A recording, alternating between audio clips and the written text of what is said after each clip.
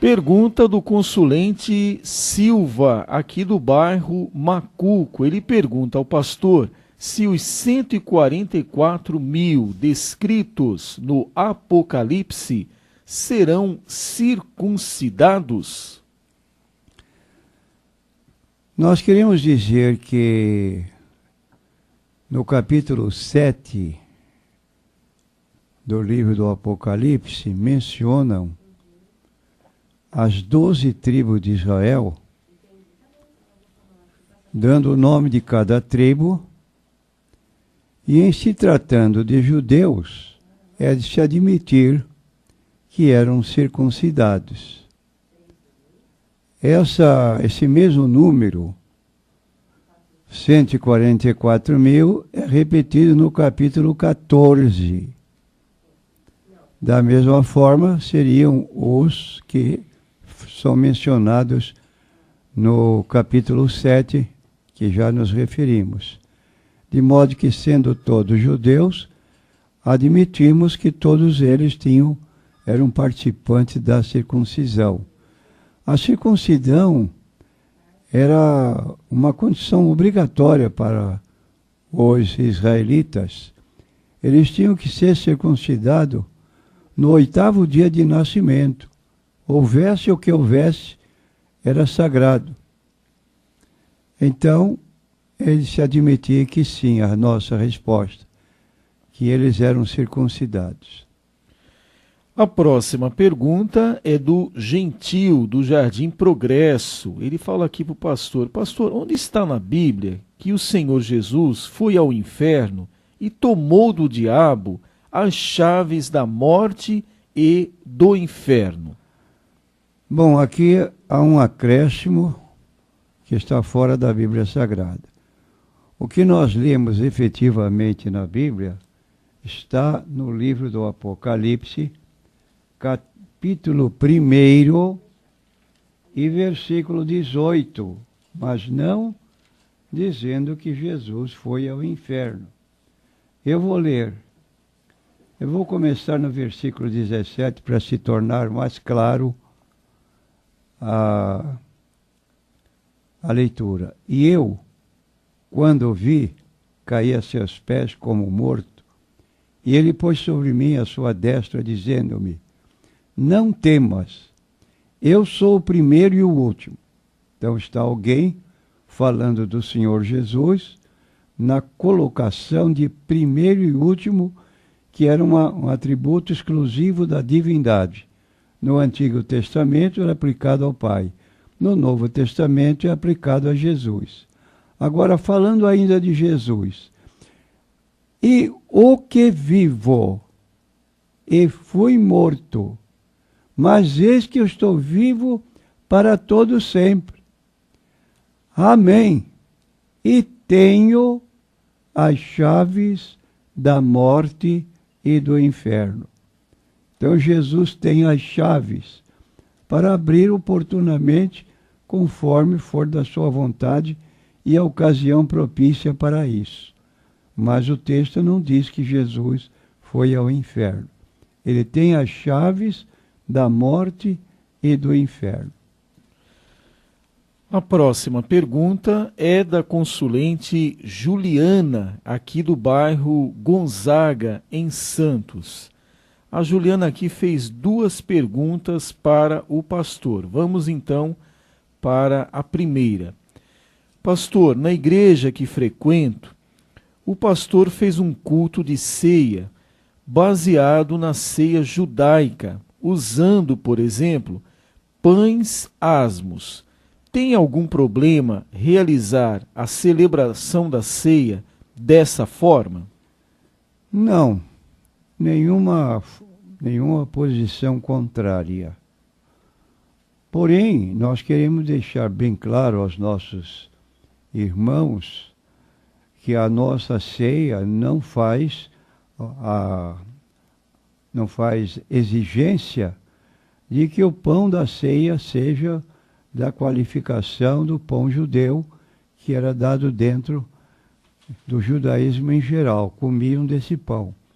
Então a nossa ceia, de acordo com o capítulo 11 de 1 aos Coríntios, a partir do versículo 23 em diante, repete o que está no capítulo, no livro de Mateus, capítulo 26 e versículo 26, quando Jesus começou a celebrar a ceia, pegou um pão normal daqueles que estavam ali, foi cortando e distribuindo aos seus discípulos. E dizendo, isto aqui é representado o meu corpo, que é partido por muitos, e em seguida distribuiu o cálice, que representava o que representa o sangue de Cristo. A próxima pergunta, também da consulente Juliana, é sobre o casamento. Aqui é interessante porque o desfazimento do casamento deveria ser apenas por causa da morte, né, de um dos cônjuges. Mas, infelizmente, o que existe hoje no mundo é algo bem diferente. As pessoas se separam, diz aí um termo, incompatibilidade de gênios, né? Diz aí que o amor acabou, esfriou, secou, terminou. Então as pessoas aí estão se separando por qualquer motivo. E aí a Juliana aqui está presenciando uma situação dentro da igreja, uma situação da vida cristã, e ela quer uma orientação do pastor. Diz assim: uma irmã da minha igreja está namorando uma pessoa que já foi casado e está separado. Então a pessoa foi casada, já se separou, e essa irmã da igreja está namorando com esse rapaz. Ela pode casar-se com ele, pastor? Nós temos aqui no capítulo 19 de Mateus a palavra de Jesus Cristo e lemos no versículo 9 a respeito desse problema que está sendo levantado, Jesus dizendo: eu vos digo, porém, que qualquer que repudiar sua mulher, não sendo por causa de prostituição, e casar-se com outra, comete adultério. E o que casar com a repudiada, também comete adultério. Então aqui está uma colocação que diz respeito aos dois cônjuges. Qualquer dos dois que errar nesse particular, à luz da Bíblia Sagrada, estão impedidos de um novo casamento. Vou repetir a leitura para nossos ouvintes. Eu, Jesus, vos digo, porém, que qualquer que repudiar sua mulher. Então, no caso aqui deste cidadão que deixou a sua mulher, a verdadeira, quer dizer, se casou, deixou, e agora está vivendo, não sei se sozinho, namorando, e vai sair um novo casamento. Aqui o texto é muito claro, dizendo que se ele era casado legalmente e deixou a sua esposa para agora namorar e casar com outra, tanto a pessoa que vai se casar, a mulher, como ele próprio, estão cometendo adultério. É o que diz o texto de Mateus 19, versículo 9. A próxima pergunta chegou por e-mail e é do consulente José Roberto. São duas perguntas, vamos à primeira aqui. Pastor, por que a oferta de Caim não foi aceita? A razão principal por que não foi aceita parece incrível, porque o registro dessa ocorrência está no livro de Gênesis, logo no princípio. E a resposta que justifica essa situação está no livro de 1 João, capítulo 3, e mostra aqui, então, essa razão porque a oferta de um foi rejeitada. Capítulo 3 e versículo 12 de 1 João. Diz o texto bíblico.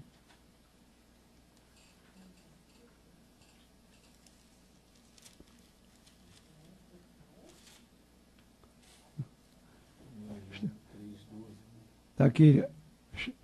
Filhinhos. 3,12. 1 João 3,12. Estava lendo na epístola de Pedro. Diz aqui. Não como Caim, que era do maligno, e matou seu irmão. E por que causa o matou? Porque as suas obras eram más e as de seu irmão justas. Então a razão aqui, porque Deus aceitou de um e não outro, por causa das práticas desse que foi rejeitado, Caim, porque suas práticas eram más. A próxima pergunta, também do José Roberto, diz assim: por que a mulher de Moisés disse que ele era um esposo sanguinário? Porque havia uma lei entre os judeus, a lei da circuncisão, todo macho, ao 8º dia de nascimento, independentemente do dia que fosse, ele deveria ser circuncidado. Agora, no caso específico de Moisés e sua esposa Zípora, se deu um caso que Moisés não fez ou não praticou a circuncisão que caberia a ele, como chefe de família, circuncidar o seu filho no 8º dia do seu nascimento. Não circuncidando o filho, estava ameaçado de morte o próprio filho. E a esposa então tomou a posição na frente. Foi ela, circuncidou o seu filho, de modo que evitou que o seu filho fosse morto por falta de atenção ao mandamento de Deus. E essa culpabilidade, no caso em tela, cairia sobre Moisés como chefe de família. E ele não foi morto porque a sua mulher tomou a providência de fazer o que a lei determinava, e assim ele se evitou a sua morte. E ela então disse para ele: tu és um esposo sanguinário. Quer dizer, não teve cuidado de fazer o que era sua obrigação de acordo com a lei.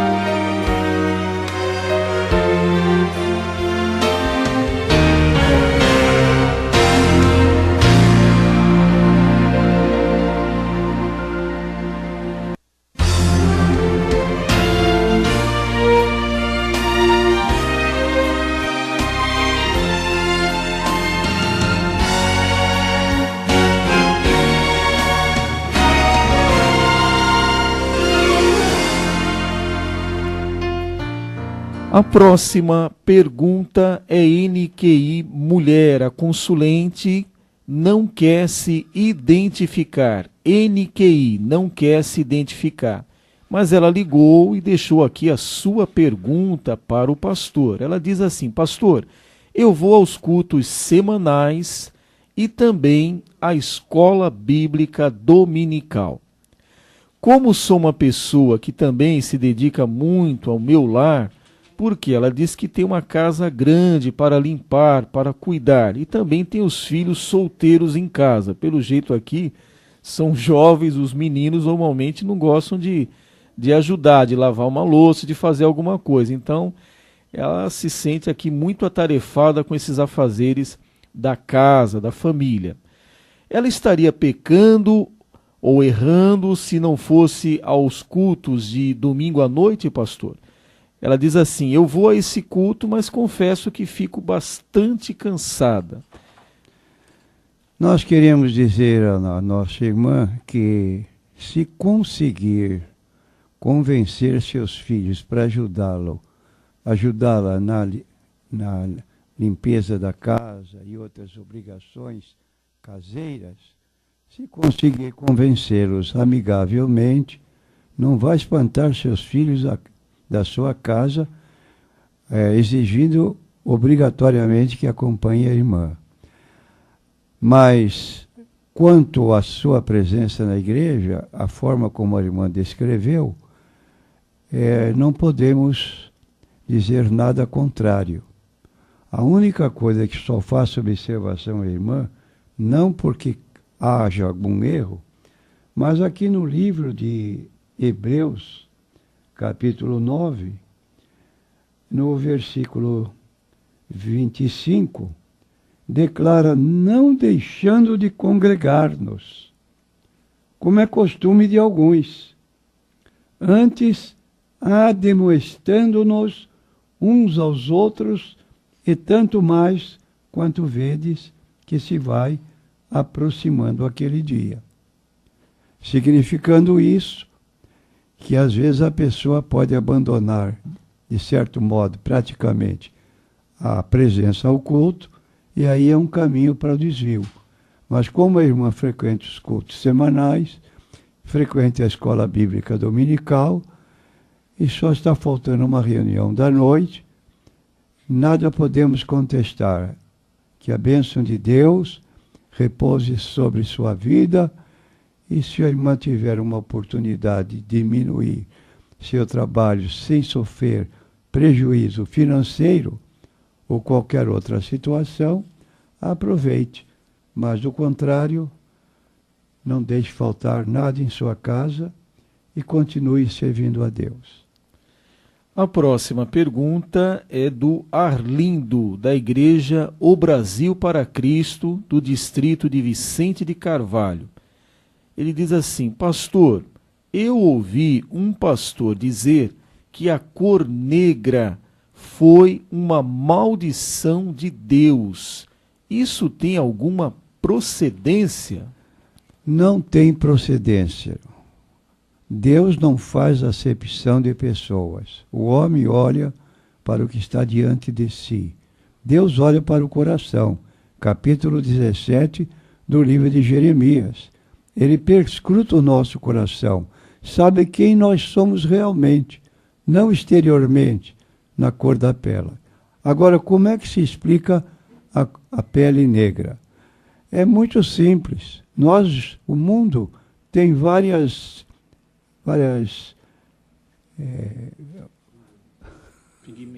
pigmentação de pele. Tem várias colocações de temperatura.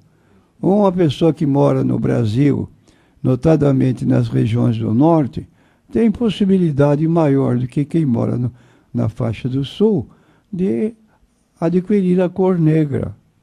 Mas isso não é vitupério. Pelo menos no Brasil me parece que não existe essa questão.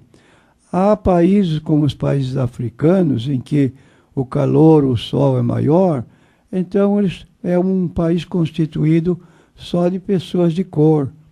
Eu não vou dizer que sejam amaldiçoados de forma nenhuma, porque isso é mais decorrência da situação onde nós vivemos.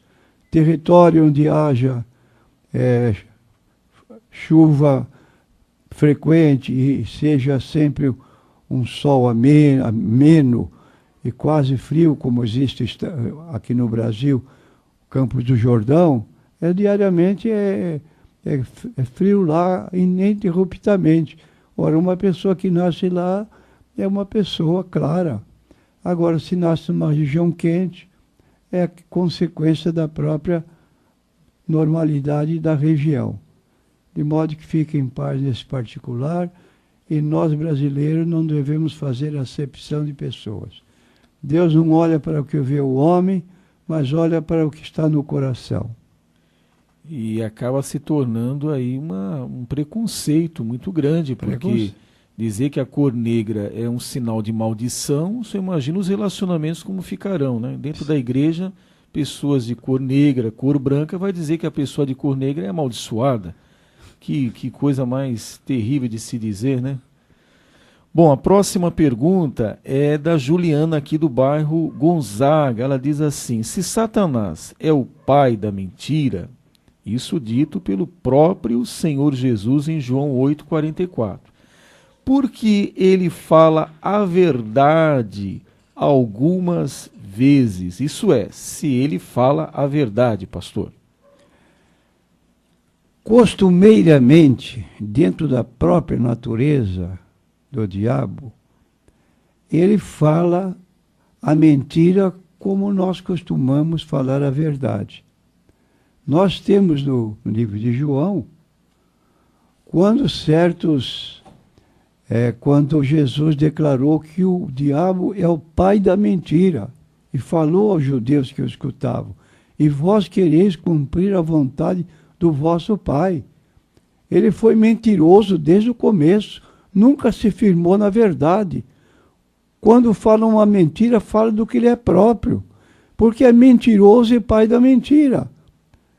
Então, falar uma vez uma verdade no meio de mentiras contínuas, não valoriza nada essa verdade que ele falou, porque a índole dele é mentir.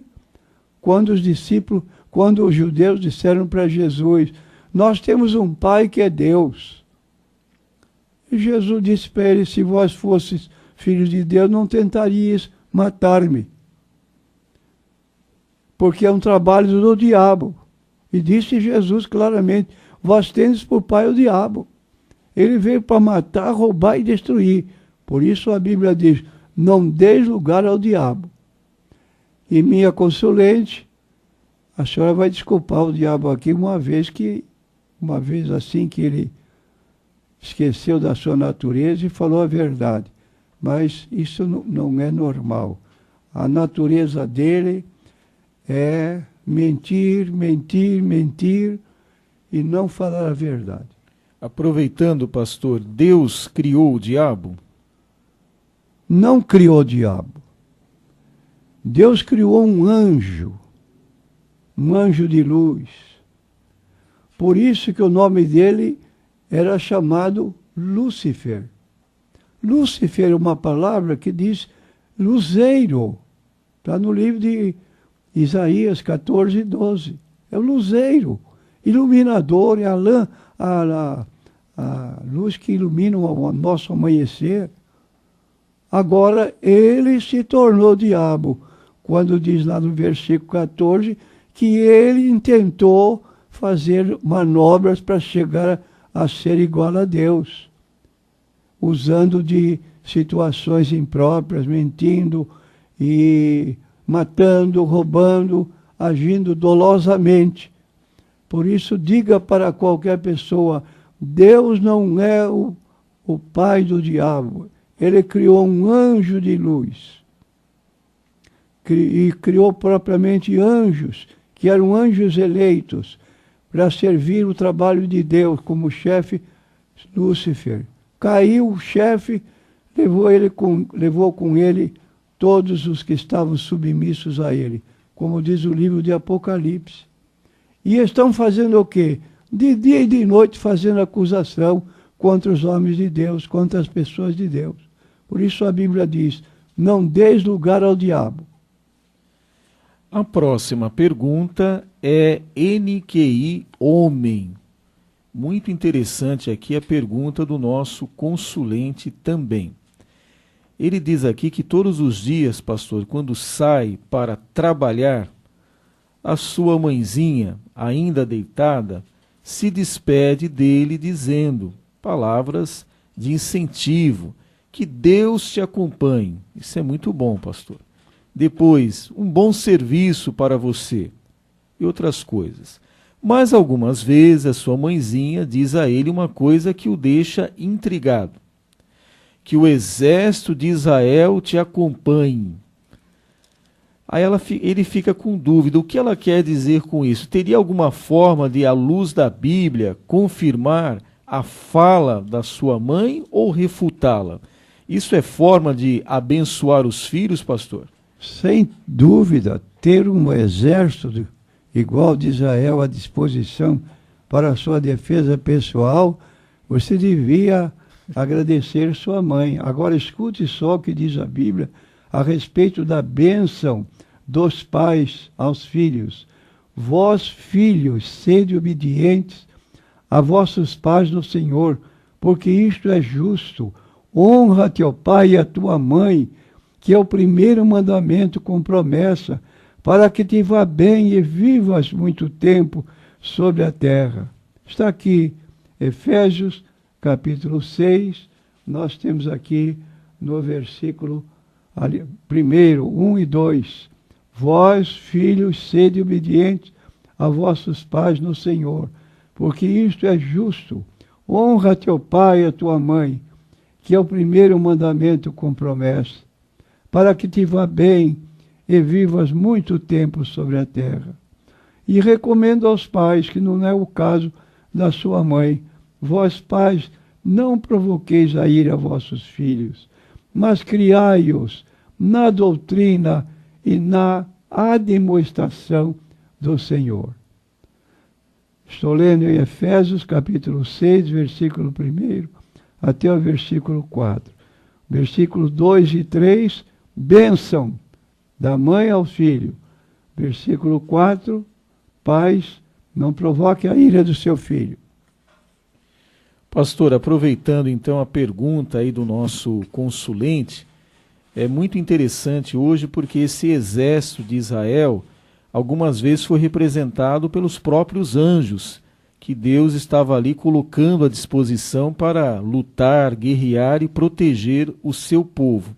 E algumas vezes, pastor, na igreja evangélica, as pessoas estão dando muita ênfase à presença dos anjos. É muito comum hoje se falar da presença do anjo que está na porta, o anjo que está em cima do púlpito, e até a oração que é feita pedindo que Deus envie anjos para proteger, para guardar, para abençoar, e o povo fica muito animado, pastor, com a presença dos anjos. Isso é uma bênção, né? Os anjos realmente, a Bíblia diz que eles estão aí a serviço daqueles que estão pregando o evangelho. Isso é bíblico, mas essa questão de valorizar tanto a presença dos anjos é bíblica, pastor? Não. A prova mais evidente nós temos no livro do Apocalipse 19, versículo 10. E eu lancei-me aos seus pés, quer dizer, pés dos anjos, para o adorar. Mas ele disse-me, olha, não faças tal, sou teu conservo de teus irmãos, que têm o testemunho de Jesus. Adora a Deus, porque o testemunho de Jesus é o espírito de profecia. Vou ler o versículo que antecede. E disse-me, escreve, bem-aventurado aqueles que são chamados à ceia das bodas do Cordeiro. E disse-me, estas são as verdadeiras palavras de Deus. E eu lancei-me aos seus pés para o adorar. Mas ele disse, olha, não faças tal, sou teu conservo. Então o anjo aqui rejeitou a adoração que João, o escritor, queria lhe prestar. E a recomendação foi: adora a Deus. E Jesus é digno da nossa adoração, para que todos honrem ao Filho como honram o Pai. Quem não honra o Filho, não honra o Pai que o enviou. Então a adoração é igual para o Pai e para o Filho. Muito bem, o programa então, Consultando a Bíblia, está chegando ao seu final. Agradecemos aos seletos ouvintes pela atenção, pela participação em nosso programa e já os convidamos para que amanhã, nesta mesma emissora, a partir das 8 horas da manhã, venham acompanhar e participar de mais um programa Consultando a Bíblia. E eu queria complementar aí essa última resposta, porque temos notícias que determinadas seitas religiosas estão trocando o verdadeiro Jesus, o Jesus da Bíblia, pelo arcanjo Miguel, dizendo que o arcanjo Miguel é o próprio Jesus. Ora, isso é uma heresia. No livro de Hebreus, capítulo 1, está dizendo: quando introduz seu primogênito à terra habitada, versículos 5 e 6, capítulo 1, no livro de Hebreus, ordena aos anjos que o adorem. Então, de acordo com a vontade de Deus, os anjos devem adorar o Senhor Jesus. Agora, transformar Jesus num anjo, embora seja um arcanjo dentro da categoria de anjo, é uma blasfêmia. Isso é aceitar outro Jesus diferente da Bíblia Sagrada. Nem cantar louvores a Miguel, porque ele é anjo, apenas arcanjo, na categoria de anjo, mas é anjo. Agora, canta louvores a Deus, canta louvores ao Senhor Jesus Cristo.